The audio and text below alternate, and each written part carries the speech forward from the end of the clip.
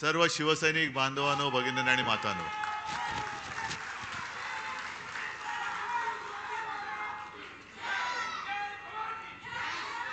मला असं वाटतं की भाषण करूच नये आणि केवळ घोषणांचाच कार्यक्रम करूया. कारण या नुसत्या घोषणा नाही आहेत, तर तो एक द्वेष आहे, उद्वेग आहे, उत्साह आहे, संताप आहे. पण नुसत्या घोषणा देऊन निवडणुका नाही जिंकता येणार. जसं आता हे मिंदे सरकार करतंय, घोषणांचा पाऊस आणि अंमलबजावणीचा दुष्काळ. आपल्याला नुसत्या घोषणा करून नाही चालणार. राजन, तुम्ही सांगितलं, मी दोघांची भाषणं ऐकत होतो आपल्याप्रमाणे. त्याच्या आधीची भाषणं काही मी ऐकू शकलो नाही. राजेजी बोललेत, आणखीन ज्योतिताई तुम्ही बोलल्यात, प्रत्येकाने आपापले विचार मांडले. पण राजन, तुम्ही जे बोललात ते फार महत्वाचं आहे. दुबार मतदार नोंदणी आणि कलेक्टरना सांगून सुद्धा त्यांनी काही केलं नाही. 3 महिने थांबा. मग हे सरकारी कलेक्टर आणि मेंढ्यांचे कलेक्टर माहिती आहेत ना, एक चांडाळ चौकडे आहे म्हणतात. हे सगळे कलेक्टर कुठे पाठवतो ते बघा. यांना तुरुंगाचे गज मोजायला लावूया. कारण ही काही गंमत नाहीये. हे ठाणे जे उभं राहिलेलं आहे त्याच्या मागे शिवसेना प्रमुखांचं प्रेम, ठाणेकरांचं शिवसेना प्रमुखांवरचं प्रेम आणि ठाणेकरांची शिवसैनिकांची मेहनत, अपार मेहनत. ही मेहनत जर झाली नसती तर मेंढ्यांची दाढी उगवलीच नसती. विषय अनेक आहेत आणि संजयनी उत्तम भाषण केलेलं आहे. आता उत्सुकता नमक-हराम 2 ची आहे. समोर दिसतोय, पण तो जगाला दाखवायचा आहे. फक्त संजय एकच, ती नागाची उपमा दिली. नागाचा कमी काय अपमान करू इच्छित नाही. हे तर मांडूळ आहे. गांडूळ नाही, मांडूळ, दुतोंड्या, ज्याला फणाच नाहीये. हे सरपटणारे प्राणी आहेत. फणाला सुद्धा एक स्वाभिमान लागतो. हे मोदींसमोर वळवळणारं मांडूळ आहे. ते तो उल्लेख केलास ना, दिल्ली समोर लोटांगण घातलं, कारण हे स्वतः सरपट्ट आहे. रोज आपलं घालीन लोटांगण. म्हणजे पॅन्ट तिकडे झालं ती खराब नाही होत, फोन आला कीच खराब होते. जसे असाल तसे या, नशीब पॅन्ट घातलेली असते. हे ताबडतोब जातात. पण या भगव्या सप्ताहाचा समारोप होतोय आणि या भगव्या सप्ताहाचं मूळ, त्याचं कारण हे दुबार मतदार नोंदणी, आपले मतदार नोंदणी, यादी वाचन हे करण्यासाठीच होतं. आणि हे तुम्ही सगळ्यांनी केलं असेल असं मला वाटतं. केले? सगळे विधानसभा मतदारसंघ या जेवढे लोकसभेत येत आहेत तेवढ्या सगळ्यांमध्ये आपले गटप्रमुख आहेत. आवाज नाही आला. हा खरा आवाज आहे की खोटा आवाज आहे? मी बोललोय म्हणून हो नका बोलू. यंत्रणा घट्ट आहे. त्याच वेळेला यांनी लबाडी करून हे जिंकलेले आहेत. खरं म्हणजे ठाणेकरांचं मी कौतुक करायला आलेलो आहे. कारण सगळं काही पळवलं, जोर जबरदस्ती, पैशाचं वाटप, एवढं करून सुद्धा 5.25 लाख ठाणेकर आपल्या सोबत निष्ठेने आणि प्रेमाने उभे राहिले. 5.25 लाख. ती बाजूला आपली वैशालीताई बसलेली आहे, साधी महिला कार्यकर्ती. समोर मिंद्याचं कार्ट, स्वतः मिंदे. तरी सुद्धा या माझ्या कार्यकर्त्या महिलेचा पराभव करायला विश्वगुरूंना आणावं लागलं. ह्या आपला विजय. जवळपास 4.25-4.5 लाख मतं कल्याणकरांनी दिली. हाच तर आपला विजय आहे. कारण आपल्याला लांडी लबाडी करून काही नकोय. जे काय आहे ते हक्काचं पाहिजे, प्रेमाचं पाहिजे. विकत भाज्या घेता येतात, मतं विकत नकोय आम्हाला.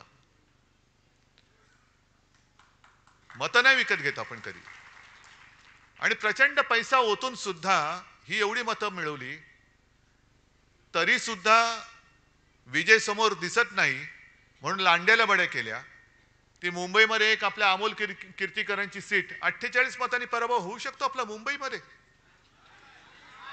होऊच शकत नाही. ही चोरलेली सीट आहे.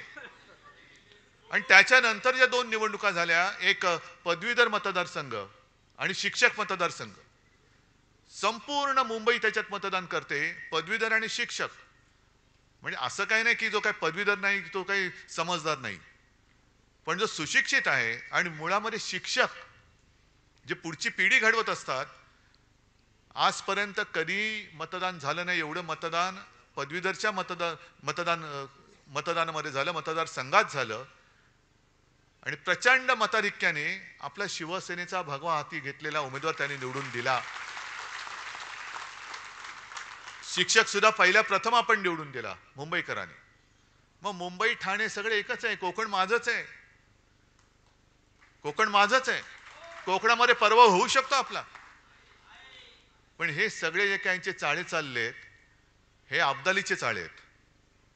आपल्यामध्ये फूट पाडायचं. मी का अब्दाली बोललो? रागाने द्वेषाने नाही नुसता बोललो. अहमद शहा, अहमदाबाद शहा नाही, अहमद शहा. नाही तर कोणतरी म्हणेल अहमदाबाद शहा. तसं नाही. सगळ्या गुजराती लोकांबद्दल माझा राग नाही, पण जे माझ्या महाराष्ट्राला लुटतायत त्या दरोडेखोरांवरती राग आहेच. आणि त्यांना गाडायचं म्हणजे गाडायचंच, कोणत्याही परिस्थितीत गाडायचं. मी काय लेना ना देना. आता परत 16 तारखेला येत आहेत. म्हणजे असं इतिहासात म्हटलंय की छत्रपती शिवाजी महाराजांनंतर सुद्धा जो औरंगजेब महाराष्ट्रावरती चालून आला, त्यांच्या घोड्यांना सुद्धा, सैन्याच्या घोड्यांना सुद्धा पाणी पिताना पाण्यामध्ये संताजी धनाजी दिसायचे. तसे या अब्दालीच्या खेचरांना पाण्यामध्ये उद्धव ठाकरे दिसतो. ही खेचरं आहेत. पण तुम्ही अजून महाराष्ट्राचं पाणी जोखलेलं नाही. महाराष्ट्राने अजून तुम्हाला पूर्ण पाणी पाजलेलं नाही. हा सामना आता होऊ द्या. महाराष्ट्राचं पाणी काय असतं ते तुम्हाला दाखवून देईल ही शिवसेना. काय पाणी असतं. पण एक लक्षात घ्या की काही गोष्टी आपण सोडून देतो. आता ही चांगली, खरं म्हणजे जाहीर सभाच मला ठाण्यामध्ये परत घ्यायची. मी पुन्हा येणारच आहे. पण पावसाळा सुरू झालाय, जाहीर सभांचा हे काही दिवस नाहीत. मग कार्यकर्त्यांच्या गाठीभेटी मी सुरू केल्यात. जसं आता हॉलमध्ये करतोय. 4 दिवसापूर्वी पुण्याला झाला. पुण्याचा हॉल जरा मोठा आहे. एक 5-10 हजार लोक तिकडे वरती आणि खाली अशी बसली होती. पण सभा मोठी झाली, शोभायात्रा मोठ्या झाल्या नाही. मी अजूनही सांगतो, वेळ गेलेली नाही. वेळ आहे. जवळपास 2-3 महिने आपल्या हातात आहेत. मतदार यादी हातामध्ये घेऊन प्रत्येक घरात, जसं गटप्रमुखाचं काम काय, माझ्याकडे किती मतदार आहेत माझ्या यादीमध्ये? 800 ते 1200 ही सरासरी मतदारांची संख्या असते, बरोबर ना? मग मतदार नोंदणी केल्यानंतर माझ्या ह्या माता भगिनी आहेत, तुम्ही सगळे शिवसैनिक आहात. प्रत्येक गटप्रमुखाचं काम असं की खिशात मतदार यादी घेऊन चेक करणं. जे राजन तुम्ही सांगताय ना, दुबार मतदार नोंदणी, ही मतदार नोंदणी एका मतदान क्षेत्रामध्ये, मतदार क्षेत्रात हे 2दा मतदान नाही करू शकत. लोकसभेचं मोठं आहे, त्याच्यामुळे लोकसभेत कदाचित शक्य आहे. पण विधानसभेला बाजूबाजूच्या विधानसभा मतदारसंघामध्ये हे दुबार मतदान करू शकतात. जर प्रत्येक गटप्रमुखांनी आपल्या यादीपुरताच मतदारसंघ आहे माझा. ठाण्याचा मतदारसंघ शहराचा किती आहे? असेल 5 लाख. पण माझ्याकडे जबाबदारी ह्या 1200 मतदारांची आहे. म्हणजे 1200 मतदार खरे आहेत की खोटे आहेत? आणखीन कोण नवीन घुसलेत का? जे जुने होते ते बरोबर जागेवर आहेत का? आणि मतदानाच्या दिवशी सुद्धा मतदान केंद्रापर्यंत त्यांना नेण्याची जबाबदारी ही आपण जर का घेतली आणि त्यांना मतदान केंद्रापर्यंत नेलं, तर मला असं वाटतं किती पैसा होतो द्या, किती योजना होतो द्या, आपला विजय झाल्याशिवाय राहणार नाही. फक्त त्याच्यात तुम्ही गफलत करू नका. हे थोडंसं तुम्हाला मी वेगळं सांगतोय, कारण संजयनी चांगलं जे काय सांगायचं सांगितलंय. पण संघटनात्मक जे काम आहे, म्हणून तर त्याला संघटना म्हणतात. नुसता काहीतरी जमाव आला तर फटाके फोडेल, नाही तर हिंसाचार करेल, पण तसा जमाव नकोय मला. मला संघटनात्मक काम करणारे माझे सैनिक जे आहेत, हे माझं सैन्य आहे. म्हणून मध्ये मी जे बोललो ना मुनगट्टीवारना, की अरे तुम्ही माझा पक्ष चोरलात, सगळं चिन्ह चोरलं, सगळं चोरलं, तेही कमी पडतंय म्हणून तुम्ही लंडनला जाऊन वाघनखं घेऊन आलात. पण आता वाघनख आणि मुनगट्टीवार काहीच जुळत नाही, काहीच जुळत नाही. पण ही वाघनख तुम्ही जी म्युझियम मध्ये ठेवलेत ती कदाचित एक प्रतीक म्हणून ठीक आहे. त्याच वाघनखाने अफजल खानाचा कोथळा काढला असेल किंवा नसेल ह्याचा काही पुरावा नाही असं त्या म्युझियमनी सुद्धा म्हटलेलं आहे. पण महाराज शिवकालीन ते हत्यार आहे, छत्रपती शिवाजी महाराजांनी ते वापरलं होतं म्हणून त्या वाघनखांबद्दल आम्हाला आदर आहेच. पण आत्ताच्या काळातली वाघनखं ही आहेत, जे माझे सैनिक आहेत, ही वाघनखं आहेत. आणि म्हणून मी अब्दालीला घाबरत नाही. येऊच दे. ज्या ज्या वेळेला महाराष्ट्रावरती संकट आलं तेव्हा जे महाराष्ट्राने एक तेज दाखवलं ते तेज पुन्हा दाखवण्याची वेळ आलेली आहे. आता सुद्धा यांच्या ज्या काही योजना आहेत, 1500 रुपये देत आहेत. अहो 15 लाख देणार होतो तुम्ही, 15 लाखाचे 1500 काय झाले? प्रत्येकाच्या खात्यामध्ये भाई और बहनों, जो विदेश में पैसा पड़ा है ना, तो सगळा आणला तर तुमच्या खात्यामध्ये 15-15 लाख रुपये असेच येतील. मग त्या 15 लाखाचे 1500 का केलेत? वरची शून्य कोणाच्या खिशात गेली? मिंढ्याच्या. कारण जाऊ तिथे खाऊ हा यांचा धंदा आहे. आज सुद्धा ठाण्यामध्ये ती जी एक योजना आणतात क्लस्टर, चांगली योजना, चांगली आहे. त्या घरांना, तिथल्या लोकांना घरं मिळाली पाहिजेत. पण टांगावा काय करायचा, देखावा काय करायचा की सरकारी योजना आहेच, कंपनी सरकारची आहे, महाप्रीत. पण यांची महाप्रीत यांच्या लाडक्या कॉन्ट्रॅक्टरवरती आहे, लोकांवरती नाहीये. ही जी प्रीती आहे त्यांची, म्हणजे प्रेम आहे, ते कॉन्ट्रॅक्टरसाठी आहे. आणि कॉन्ट्रॅक्टरना ठरवून हे स्त्रियांचे धंदे अनेक वर्ष चाललेले आहेत. जे कॉन्ट्रॅक्टर ठरवणार त्यांनीच टेंडर भरायचं. आता सुद्धा तुम्ही महापालिकेत जाऊन विचारा, ठरलेल्या कॉन्ट्रॅक्टरनाच कामं दिली जातात, दुसऱ्या कोणालाही काम दारामध्ये सुद्धा उभं केलं जात नाही. ही ठाण्याची परिस्थिती आहे. आणि ठाण्याची परिस्थिती महापालिकेची एवढी वाईट झालेली आहे. इथे काही माझे नगरसेवक सुद्धा असतील किंवा ज्यांना महापालिका कळते तेही आहेत. राजन जे तुम्ही सुद्धा आहात, हे राजन, इथले राजन आमचे तुम्ही पण आहात, सगळेच महापालिकेत मधली लोक आहेत. ठाणे महापालिकेला कर्जाचे डोहाळे लागलेत, कर्जबाजारी होते. कोणी केली कर्जबाजारी? कुठे गेले पैसे? संपूर्ण जिल्ह्यामध्ये रस्त्यांवरती खड्डे, राज्यभर खड्डे, खड्डेच खड्डे. म्हणजे सगळीकडे खड्डे पाडून वरती आमच्यावरती बोटं दाखवली जात आहेत. ह्यानी घोटाळा केला, ह्यानी घोटाळा केला. अरे 3 महिने थांबा. तुमची सगळी जी काही मित्र परिवार आहे, होय मित्र परिवार आहे, तो आम्ही उघडा केल्याशिवाय राहणार नाही. हे आज त्यांना मी इशारा देतोय. तुम्ही करा. तुम्हाला जर वाटत असेल की तुम्ही घोटाळे करताय पण आमचं लक्ष नाही, आमच्याकडे, आम्ही सुद्धा 2.5 वर्ष, मी स्वतः मुख्यमंत्री होतो, गेल्या अनेक वर्ष महापालिका ही शिवसेनेच्या ताब्यात आणि याही पुढे राहणार आहे. ठाणा काय, मुंबई काय, इतर सुद्धा. त्याच्यामध्ये त्या महापालिकेमध्ये सुद्धा जी काही लोक अधिकारी आहेत, ज्यांना जनतेबद्दल प्रेम आहेत, ते बरोबर माहिती आमच्याकडे देत असतात. हे जरा निवडणूक होऊ द्या, मग बघा आम्ही काय करतो ते. जरा होऊ द्या. पण सगळीकडे वाट लावून टाकतायत. आणि म्हणून मी तुम्हाला एक प्रश्न विचारतोय की तुम्हाला आपल्या राज्याचं मंत्रालय मुंबईत हवंय का अहमदाबादमध्ये? आपल्या राज्याचा कारभार मुंबईतून चालला पाहिजे का दिल्ली का अहमदाबाद मधून? लोकसभेची निवडणूक होती, ती देशाच्या लोकशाहीचा गळा घोटणारी एक निवडणूक होती. जर आता आहे शेपटावरती निभावलंय अब्दालीच्या, आता बरंचसं आपण आटोक्यात आणलेलं आहे. आता मनमानी नाही करू शकत ती लोक. पण तशीच ही लढाई, म्हणजे लोकशाहीच्या शत्रूशी लढाई ही आपल्या लोकसभेची होती, तशीच ही येणाऱ्या विधानसभेची लढाई शिवसेना विरुद्ध गाडले गेलेच पाहिजेत. पण महाराष्ट्र द्वेष्ट्यांबरोबर आपली लढाई होणार आहे. महाराष्ट्र द्वेष्टे जे माझ्या फिकेला लावू पाहत आहेत, म्हणजे मराठी माणूस कसा ताठ पाण्याने उभा राहिला नाही, ताठ पाण्याने उभा नाही राहायचं. हातात भिकेचा कटोरा घे आणि मोदींसमोर खाली मान घालून उभे राहा. हे नाही संतणार, हे नाही आम्हाला शिवरायांनी शिकवलं ना, आमच्या शिवसेना प्रमुखांनी शिकवले. हे बाळासाहेबांचे विचार असूच शकत नाही. महाराष्ट्राची वाताहत झाली तरी चालेल, पण तिकडे दिल्लीमध्ये जाऊन लोटांगण घाल हे बाळासाहेबांचे विचार नाहीत. आणि ह्या विचारांचे जे कोणी तोते असतील, या तोत्यांची वळवळ ही या निवडणुकीत आपल्याला पूर्ण थांबवावीच लागेल, पूर्ण थांबवावी लागेल.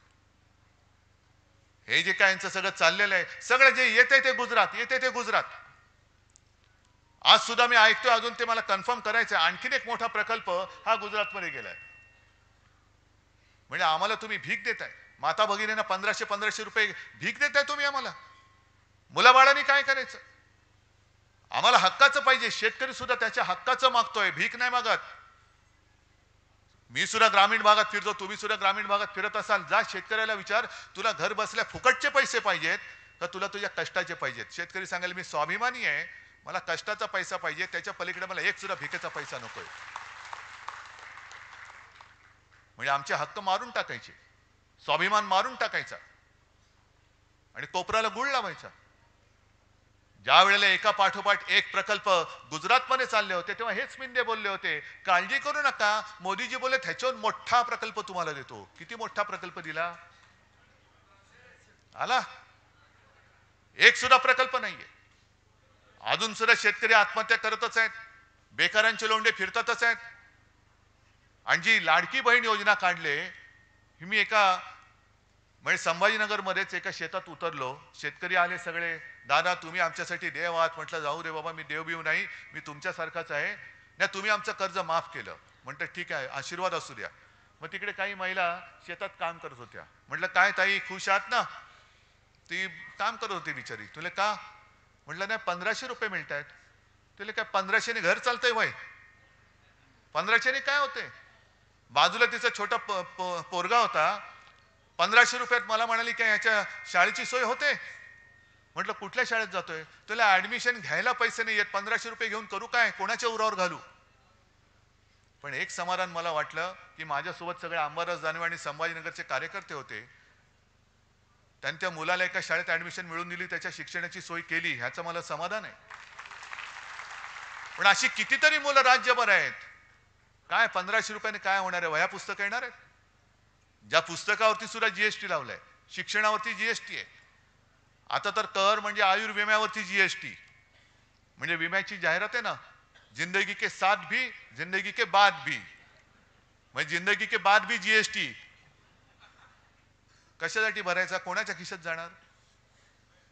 म्हणजे सगळीकडे वरपासून खालपर्यंत हे सगळं बरबटलेलं सरकार. ठाण्यातले भूखंड खात आहेत, मुंबईतले खात आहेत, अयोध्येमधले खात आहेत. अयोध्येमध्ये सुद्धा एक आदर्श घोटाळा झालाय. आदर्श म्हणजे चांगला नाही, जसा इकडे आदर्श घोटाळा झालाय मुंबईमध्ये. सैन्य दलाची जमीन खाल्ली. कोणी खाल्ली? कुठून आला? कुठून?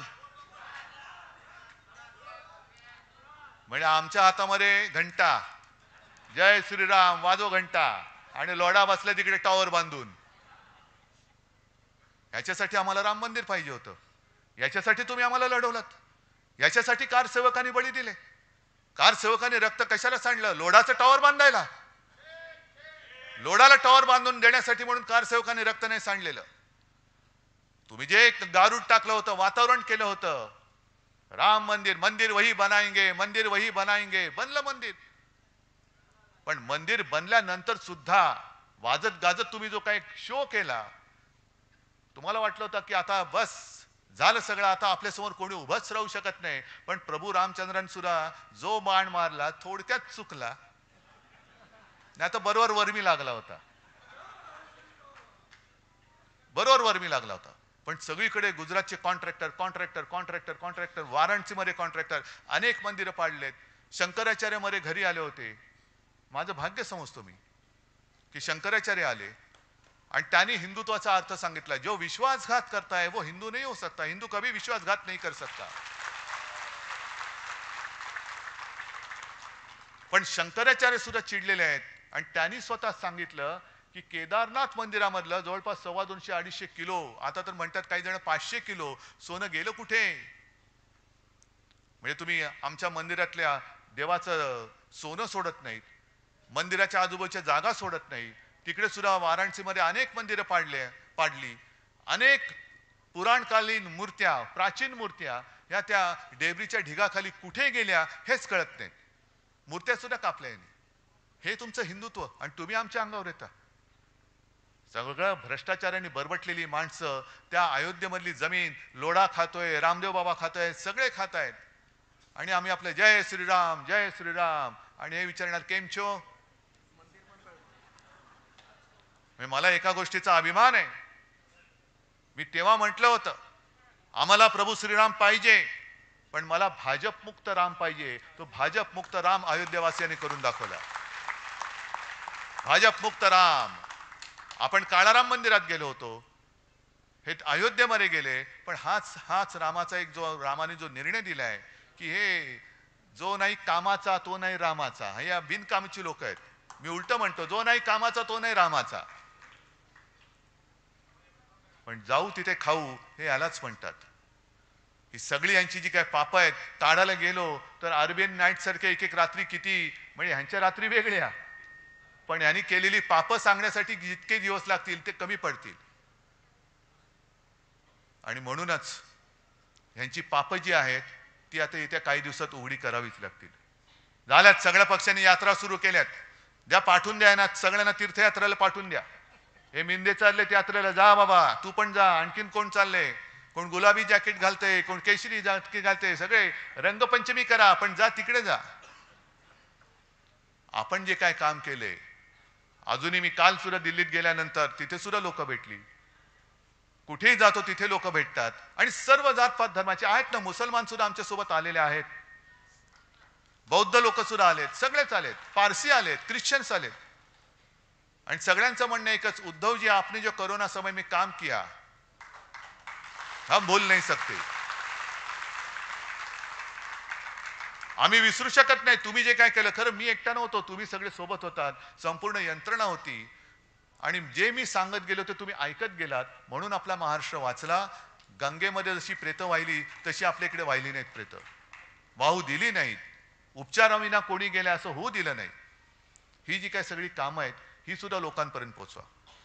नाहीतर काय होतं, त्या निवडणुकीच्या रणधुमाळीमध्ये वेडवाकडं कोणतरी बोलतो, मग त्याला आपण उत्तर देत बसतो. मूळ काम अरे हे सांगायचंच राहून गेलं.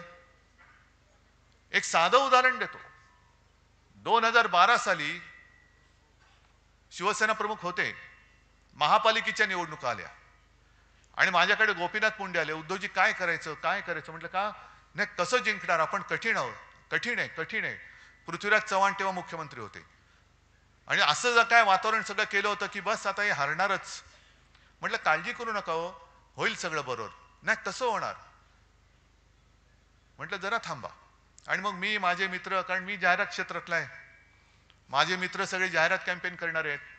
मग तो एक दिवस माझा मित्र आला, मला म्हणाले उद्धव एक कॅम्पेनची आयडिया आले, घेऊन येऊ का. म्हटलं घेऊन ये. आणि त्यांनी काही केलं नव्हतं, बाकी कागद कोरा होता, फक्त मध्ये एक लाल सर्कल काढलेलं आणि त्याच्यात लिहिलं होतं करून दाखवलं. म्हटलं अरे बस हे बरोबर आहे. मी शिवसेना प्रमुखांना दाखवलं, साहेबांनी बघितलं, बरोबर आहे, गो अहेड. आणि आपण काही केलं नाही. 12च्या आधी 5 वर्षामध्ये मुंबई महापालिकेत जी जी कामं केली होती ती फक्त त्याचे फोटो आणि चित्र ही होर्डिंगवरती लावली, पेपरमध्ये दिली आणि खाली फक्त टाकलं करून दाखवलं. मग सगळीकडे सगळ्यांनी चर्चा सुरू केली, वरून दाखवलं खालून दाखवलं. म्हटलं कुठूनही बघा, पण आम्ही करून दाखवलंय. लपून बघा, चोरून बघा, वरून बघा, कुठूनही बघा, पण करून दाखवलंय. मग सगळी चर्चा झाली आणि मग रिक्षावाले सुद्धा बोलायला लागले, टॅक्सीवाले बोलायला लागले, अरे हा ये तो हुआ है, अरे हा बरोबर आहे. सगळे भाषिक बोलायला लागले आणि 2012ची महापालिका आपण जिंकली, ती कामाच्या जोरावरती जिंकली. मुळामध्ये काय, हातामध्ये तलवार आहे, बरोबर आहे. तलवार पेलाला मनगट पाहिजे, पण मनगटापेक्षाही मन पाहिजे. जर हातात तलवार आहे पण लढायची जिद्दच नसेल तर तलवार काय करणार. तलवार काय करणार. मन पाहिजे, होय मी जिंकणारच. म्हणून मी जे काय बोललो रंगशारदामध्ये, लढायचं कसं, तर लढायचं या जिद्दीने लढायचं की लढाई आहे, ही निवडणूक ही लढाई आहे आणि या लढाईमध्ये ह्याच ईर्षेने उतरायचं. एक तर तू राहशील ना तर मी राहीन. मी परत बोलतोय. आणि तू आणि मी म्हणजे मी उद्धव ठाकरे एकटा नाही, मी म्हणजे तुम्ही, महाराष्ट्र प्रेमी, शिवप्रेमी, शिवसेना प्रेमी, बाळासाहेब प्रेमी, आणि तू म्हणजे महाराष्ट्राला लुटायला आलेला दरोडेखोर, तू म्हणजे त्या दरोडेखोरीच्या पाय चाटणारा गद्दार, मांडूळ. बा आता लोक म्हणतील हे याने एकदा ढेकून म्हणतात ना मांडूळ. अरे मी जीवप्रेमी आहेच. मी जंगल वाचवायचं काम केलं होतं. तुम्हीच जे आरे होतं, अरे मी वाचवत होतो, तुम्ही आलात आणि ते आरे कापून टाकलं. मग करू काय? त्याच्यामध्ये काय काय प्राणी राहतात हे तुम्हाला सांगितलंय, नाव दिल्याशिवाय तुम्हाला कळणार कसं ते? मांडूळ, मांडूळ म्हणजे काय? मिळेल आरे मध्ये जा बघ. ढेकूण नाही मिळणार कदाचित, कारण ढेकूण रक्त शोषतो. रक्त शोषणारी अवलादी आमची नाहीये, अजिबात नाही. मांडूळ सुद्धा आमच्याकडे नाही. आम्ही जे करतो ते खुलेआम करतो. चालून जायचं तर छातीवरती, समोरासमोर, पाठून वार करणारे नाहीत आम्ही. आणि हे सगळं जे काही करायचंय त्या विधानसभा निवडणुकीत करायचंय. ही जी लोकसभा झाली, लांबली लांबली लांबली, किती 5 टप्पे. काय तुम्ही काय क्रिकेट खेळताय टप्पी टप्पी बॉल टाकून? सरपट्टी टाकताय? 5 टप्प्यात महाराष्ट्राची निवडणूक. पण आता मला कळतंय, कानावर येते की कदाचित नोव्हेंबरमध्ये निवडणूक घ्यायचं घाटते. का? तर लाडकी बहीण या योजनेचे किमान ऑगस्ट, सप्टेंबर, ऑक्टोबर, नोव्हेंबर म्हणजे 4 हप्ते जर का महिलांच्या हातात गेले तर त्यांचा विश्वास बसेल की हे देतात बुवा. हे देणारी लोक नाहीये. ही अशीच एक योजना सुशील कुमार शिंदेनी केली होती. एक कधीची 2004 किंवा तेव्हाची निवडणूक असेल, मला आठवत नाही. संभाजीनगरमध्ये आपल्या कार्यकर्त्यांचं शिबिर होतं आणि शिवसेना प्रमुख बोलून गेले की माझी म्हणजे शिवसेनेची सत्ता आली तर मी शेतकऱ्यांचा कृषी पंपाचं वीज बिल माफ करून टाकेन. सुशील कुमार शिंदे बसले होते, आता आपल्या सोबत आहेत. पण त्यांनी काय केलं? मुख्यमंत्री होते, ताबडतोब योजना अंमलात आणली. शेतकऱ्यांना 0 रकमेची बिलं पाठवायला लागले. शेतकरी खुश झाला, हे देत आहेत तर ते कशाला पाहिजे, हेच देत आहेत. परत निवडून दिलं काँग्रेसला. काँग्रेस सत्तेवर आली, सुशील कुमार शिंदेची विकेट पडली, विलासराव देशमुख आले. आणि विलासराव देशमुख सत्तेवरती येताच क्षणी पुढच्या महिन्यापासून दामदुपटीने बिलं पाठवायला लागले शेतकऱ्यांना. आणि मग जाहिराती आला, बिल भरा नाहीतर तुरुंगात. हे तशी यांची योजना आहे.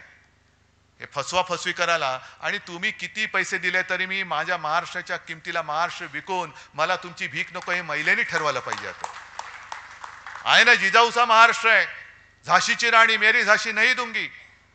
तसे हे अब्दाली येत आहेत, आपला महाराष्ट्र लुबाडायला येत आहेत. 1500 रुपये लाच देऊन आपला महाराष्ट्र, शिवरायाचा महाराष्ट्र ते विकत घेऊ पाहत आहेत. तुमची मुलं बाळ ते बेकार ठेवू इच्छित आहेत. सगळे उद्योगधंदे गुजरातला नेऊ पाहत आहेत, नेत आहेत. तरी सुद्धा आपण 1500 रुपयावरती महाराष्ट्र विकणार आहोत?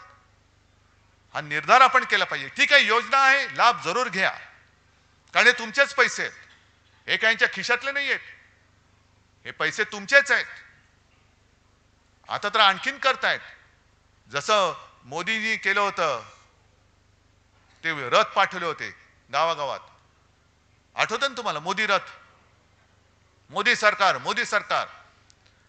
आणि अक्षरशः गावकऱ्यांनी त्यांना पलटाभोई थोडी करून ठेवली होती. ते मोदी सरकार आहे की भारत सरकार? कोणाच्या योजना आहेत?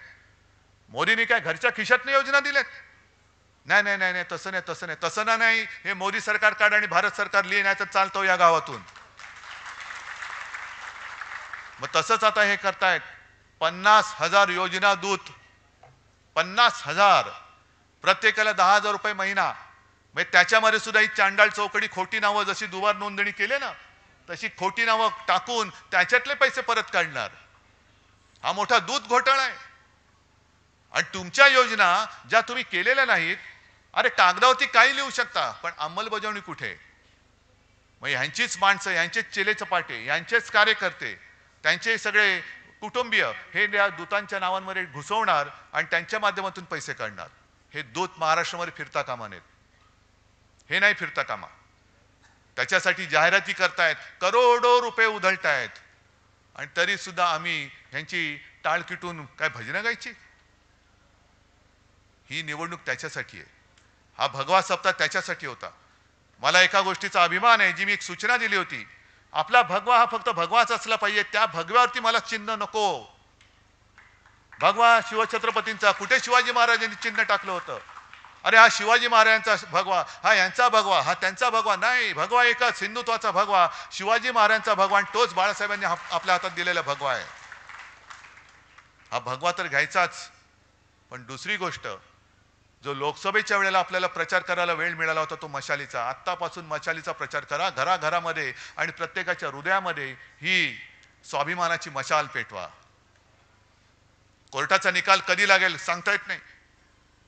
मी अनेकदा म्हटलेलं आहे की कोर्टाकडनं न्याय मिळेल, मला खात्री आहे, मला आशा आहे.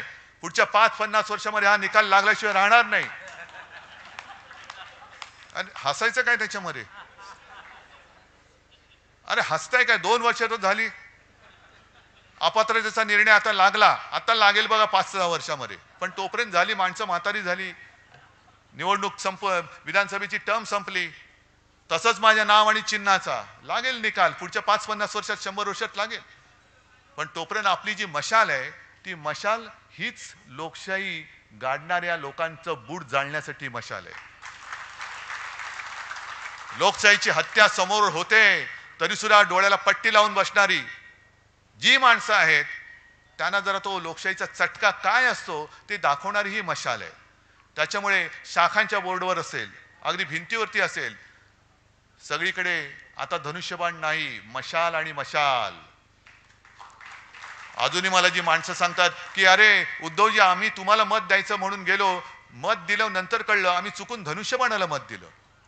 हे आहे, हे नातं आहे, हे नातं आहेच किंवा होतं. पण आज चोराने आपलं धनुष्यबाण चोरलंय, चोर धनुष्यबाण घेऊन आलेला आहे, त्याला मशालीची धक काय ती आपल्याला दाखवायची. आणि म्हणून म्हणजे मी आणि म्हणून म्हणतो, आणि म्हणून असं कुंठून नाही बोलत, असं कणणं कुंठणं मला येत नाही. आपण सरळ बोलतो आणि म्हणून ये जो है वो जो मशाल जो है वो मशाल जो है वो धनुष्यबाण जो है वो, ऐसा नाही बोलायचं, सरळ बोलणार आहे. हे पहिले सुपारी थूक तोंडातली. ये जो है जो काय है जो आणि म्हणून हे या एक काहीतरी पोट साफ करायचं द्या औषध, यांचं कडनं तरी साफ होईल. ते औषध या निवडणुकीत त्यांना द्यायचंय. आणि मला माहिती आहे हे तुम्ही औषध द्यायला सगळे हुशार आहात, देणार ना औषध. या वेळेला जो एक निसट्टा आपला पराभव झाला, या वेळेला मला ठणठणीत विजय पाहिजे. आणि या ठणठणीत विजयाची जबाबदारी मी तुमच्यावरती सोपवतो आणि तूर्त रजा घेतो. जय हिंद, जय महाराष्ट्र.